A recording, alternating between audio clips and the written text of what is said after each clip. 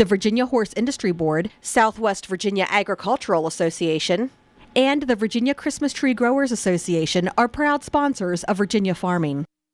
This program's brought to you by the Virginia Farm Bureau. Large or small, Virginia farmers work year-round to help put food on your table. And Farm Bureau works year-round to help farmers and all Virginians. Farming, it's all good. To learn more, go to vafarmbureau.org. Brought to you by Farm Family, Life, Auto, Business, Farm. Steve Morse, fruit grower, distiller, entrepreneur. Another personal story on farmfamilypeople.com. Farm Family, the people you know.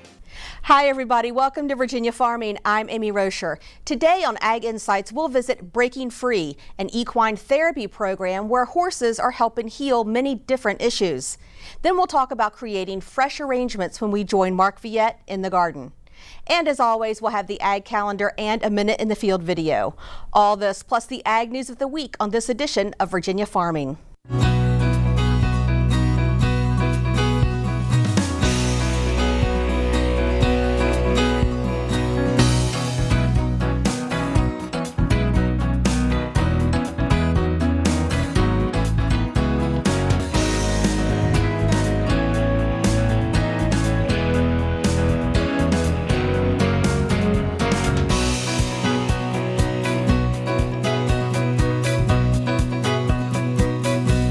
Virginia farmer Cordell Watt is being honored as the National Apple Grower of the Year. Watt is a third-generation farmer and the owner and manager of Timber Ridge Fruit Farm in Gore. Timber Ridge has 400 acres of apple trees and sells apples domestically and overseas. Watt's philosophy is make a decision, go with it, and don't look back. Like every farmer, he's made decisions he regrets and planted trees that didn't work for his farm.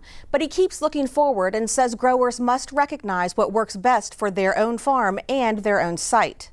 American Western Fruit Grower magazine says Cordell has emerged as a rising leader by identifying the most efficient production and sales strategies that are suitable for his farm.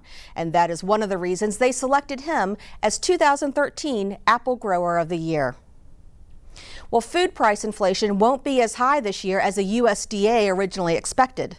The USDA's Bob Ellison has more. The U.S. Department of Agriculture has reduced its forecast for food price inflation this year to 1.5% to 2.5%. USDA economist Ricky Volpe says a number of factors are contributing to the less than expected increase. We were initially looking at 3% to 4% increase, which was above average. That was, before we knew that we were going to have these lower fuel prices and the strengthening U.S. dollar, the overall improving economy. We are still looking at some food prices that are going to go up a little bit more than average and some that will go up less than average. But on the whole, we're looking at moderate food price inflation for the year, which is good news, especially given the initial outlook we had when the drought broke in July and August of 2012. Volpe says one of the biggest bits of good news for consumers is the downward revision of price increases for dairy products. We were initially forecasting pretty strong price increases for the year for 2013, but it turns out that we saw most of the impacts of the drought at the tail end of 2012. So we're now on track for very moderate price increases for dairy for the foreseeable future, 1% to 2% for 2013. And although beef prices won't be increasing as much as expected, beef will remain expensive this year. We're now looking at beef prices to increase between 2% and 3% on the year, but I should note that many beef prices have reached record or near record levels across supermarkets in the U.S. So inflation for the beef category may be small in percentage terms, but it's not as if consumers are seeing any relief there. Among food prices, it will still see high inflation. Volpe says poultry will be going up 3% to 4%, and eggs will be going up 2% to 3%, if not more. In Washington, D.C., for the U.S. Department of Agriculture, I'm Bob Ellison. Thank you, Bob. The American Farm Bureau Foundation for Agriculture has released a tablet app modeled after the popular agricultural game site, My American Farm. The app is now available for free download on iTunes and Google Play. Now, the app features 5 games from My American Farm: In My Barn, My Little Ag Me, Equipment Engineer, Farmers Market Challenge, and Ag Across America. New resources have also been developed to provide guidance for using the app in a traditional or non-traditional setting. And educator resources, including a formal lesson plan for classroom instruction, as well as tips and tricks for suggested integration in a variety of settings, are available at myamericanfarm.org. Well, the science behind raising quality cattle is growing at a rapid pace. In this segment, we hear from a South Dakota rancher why DNA technology is important to his operation. BJ Scott has the story. When it comes to new technology, producers must start somewhere, and that's why Angus breeder Cody Jorgensen says they're using genomics tests on their South Dakota ranch. Really excited about DNA. I think the DNA is definitely the future of where we want to take our genetics. It's going to help us. It's going to be an unbelievable tool that we're going to have in our toolbox. In addition to testing bulls, his family has 50K tested a large majority of their mature cow herd. I am not doing it to help aid the marketing of the cattle. That's not the intention. The intention is to get a better understanding genetically of what these cows can and can't do, be able to make decisions, genetic decisions quicker. Once we know what we have, then it's like everything else, all the quantitative data that we do, we can use that, in a faster way. We can reproduce faster. We can do a lot of things. The ability to speed up breeding decisions sold Jorgensen on the technology, but he says he's especially looking forward to what information DNA can provide down the road. If you just can think of any of the challenges being in the beef industry that we are faced with today, whether it's drought or any production challenge that we have, if you're going to dream big, just look at what they did with corn. I'm not talking about modifying genetics, but what if? Just ask what if they could do this? What if they could do that? And I think the future of DNA is what's critical. What we don't even know yet is what I'm excited about. So I'm all in. I believe in it, and I think it is the future of the beef industry. I'm BJ Scott. Thanks, BJ. Horses can help people overcome fear, develop confidence, and find new ways to communicate. We'll visit an equine therapy program and see how it's done. That's straight ahead on Ag Insights.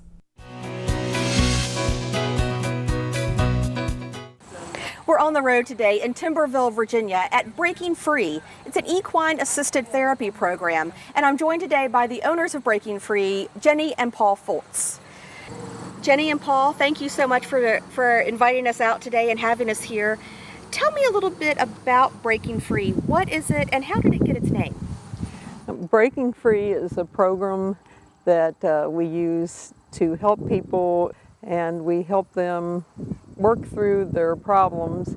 It's a program that if traditional counseling isn't working, this helps people. It helps unstick them and get them seeing through their problems and finding solutions for them.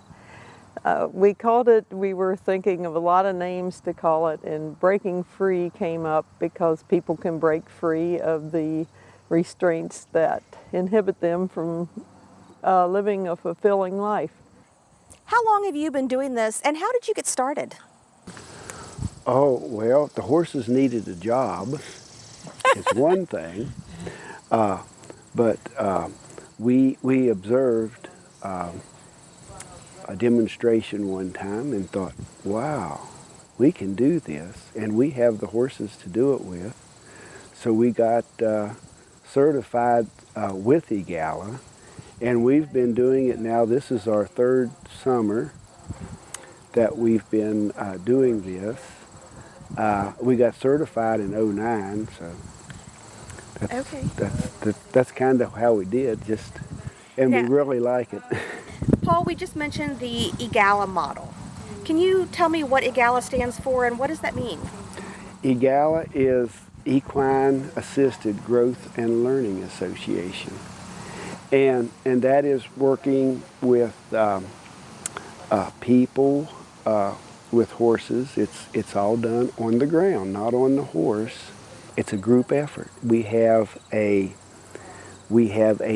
mental specialist. Jenny and I, we are the equine specialist and the horses. And that's how we approach our clients. And it works even without using words to express, to get, to communicate with the peoples. And the horses mirror people, so they see themselves through the horses. What do you think it is about horses that make them such great healers? Horses are great animals. They're in tune to you. They know what you're thinking. They can relate to you. They're just great animals to use. It seems like they're just on track with what people are feeling. They can read your thoughts. I always tell people horses know what you're thinking even when you don't. They are great teachers. They have more ways to express themselves than people. And one thing that I usually tell when we talk to people and things is that horses won't lie to you. Everything, it's in the moment, and it's now, and it's real, and it's true. So they don't lie to you. What types of issues can equine therapy help with? Oh, lots of issues. PSTD, it helps with that. Eating disorders is one. We have programs for truancy. Just any kind of mental order you can think of, it can help with. This activity is called a join up. The object of this activity is to get the horse to circle around you and see if you can get him to walk into you. And there, we got the join up piece coming in. Let's talk about some of your programs. You mentioned PTSD. You have a program for veterans, correct? Mm-hmm. It's Horses Healing Heroes. We have a pretty good program going now with our veterans. We're doing 4 sessions a week now with veterans. And Group sessions. Yeah, group sessions. And we put them with the horses. The first session is they're just observing the horses, and they pick a horse out that they want to work with. And then we take it from there. They'll build obstacle courses that they take the horses through, and the obstacle courses represent something they're working on that the horse can help them with. And we do one activity called bowling, where we make a bowling alley on the ground with some poles, and we have bowling pins that the client can put a sticky note on of something they're working on, and then they take the horse through. The horse is the bowling ball. And the horse is the bowling ball, and the horse knocks down the pins. Oh, how neat. And all these activities can lead to discussion that the therapist then later on can, talk to them about. I want to talk about some of your other programs. You have one called Hold Your Horses. Mm-hmm. That is for at-risk youth. Some of them are court-ordered that come here. We have a 12-week program that they go through. Doing much the same thing that we do with our veterans. It brings out issues, and you can also see by the horses mirroring the people what's going on with them. Horse Speak. Can you tell me a little bit about that? That is for autistic children and their families. We have them come out and we do activities. That does include riding. We have volunteers help with that program. And the families, they can, if they just want to sit and watch, that's fine. If they want to get in there and help, that's fine too. We want the whole family to be involved when we do that. Yeah. Okay. I know this is very rewarding work. What is your favorite memory? Oh, I got a bunch of them. I've seen a lot of good change with the people, and I guess most recently we had a veteran who came, and the veteran, she wouldn't drive. She had somebody drive herself here, and she really had mobility problems, but since she's been here, everything has changed. She drives now.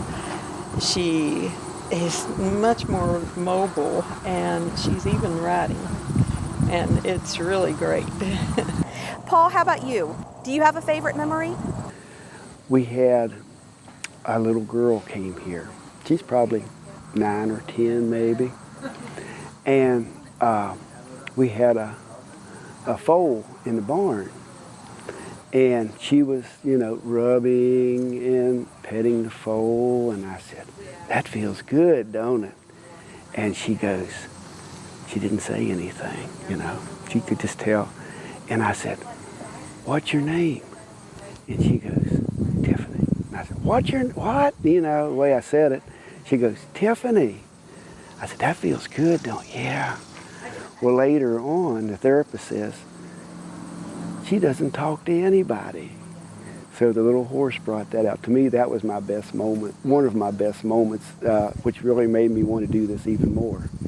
I know it's not just the two of you who run everything around here. Tell me a little bit about your staff. Right now with our veterans, we have 4 therapists working with us. We have another therapist that is working with an at-risk youth right now. But any therapist that would like to bring a client to the program can just give us a call and we can do so. We've had other therapists bring clients in from time to time, but right now we have basically 5 therapists on board. Now, I know you guys have a website. That's probably the best way for people to contact you if they're interested in learning more about breaking free. What is your website? It's www.breakingfreesaddledoctor.com. Okay, great. Well, thank you all so much for having us out here today. It's been an amazing experience, and we hope you guys continue the good work. Thank you. Thank you. We'll be right back.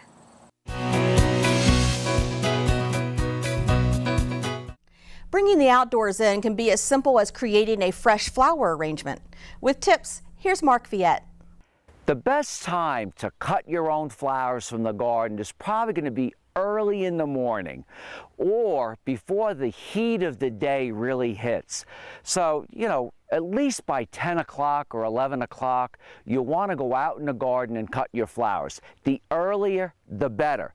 It's also important when you're cutting flowers that you try to pick flowers that are beginning to open, not ones that have fully matured. They'll last longer indoors. And this is one of my favorite flowers, and it's commonly known as red hot poker. Really, this should be yellow hot poker, and it makes a great plant for arranging. And you just reach down, you can use a shears or a sharp knife, and you just cut your stems like this. Make sure you have a pail with water right there so you can take your flowers and set them right in the cool water as you cut them.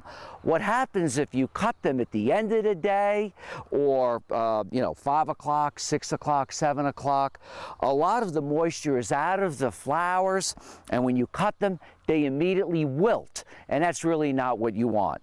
I like to create mixed arrangements of flowers, but red hot poker or yellow hot poker is a great summer blooming plant. You can go ahead and just make mixed arrangements, as we'll do as we walk through the garden. You can pretty much pick any flower that you like to use in your own arrangements. When you're cutting different flowers, I like to cut a couple of each. I just don't like to cut one stem. It's either 3 or 5. This is a wonderful summer blooming plant. It's crinum, it's a bulb, it's a tropical bulb. And I just come in and cut a couple of these.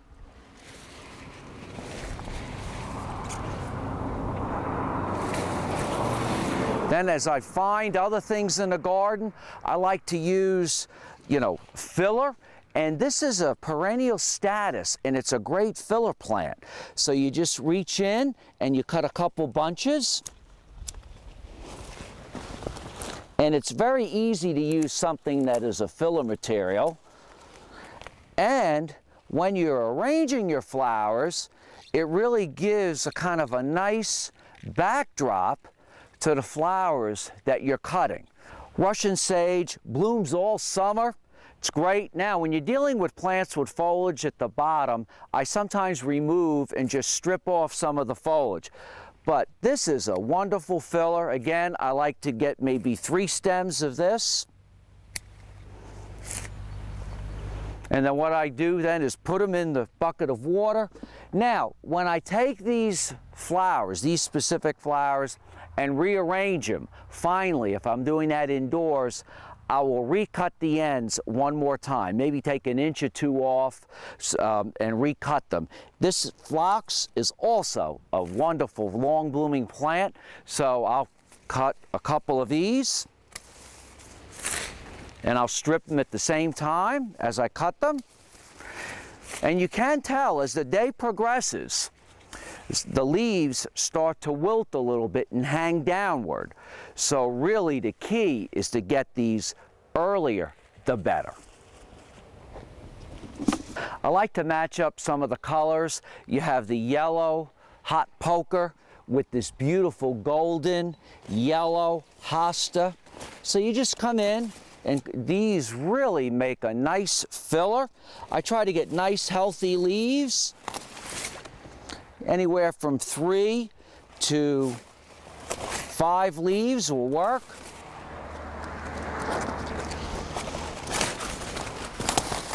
Just take your arrangement in one hand and take your hosta leaves in the other and just set the hostas around so you have a beautiful arrangement lined with beautiful golden hosta. It's that simple. You can go right out in the garden and cut your own arrangement and have a basket of flowers in like 5 minutes. I'm Mark Viette. Join me next time in the garden. Taking a look at the ag calendar, the 14th annual Apple Butter Celebration will take place at Shenandoah Park's Skyland Resort on September 21st.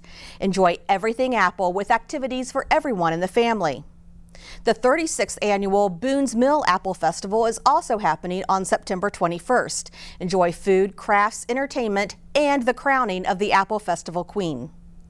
And the State Fair of Virginia is right around the corner. It begins Friday, September 27th at the Meadow Event Park in Doswell. And as you may know, the Meadow Event Park is a historical site. It's the birthplace of Triple Crown winner Secretariat.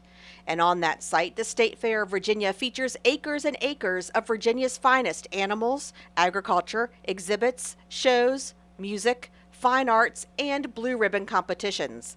Tickets are now available at BB&T Banks and Martin's Food Markets. That does it for our show. Thanks for watching and have a great week. I'm Amy Rocher for Virginia Farming.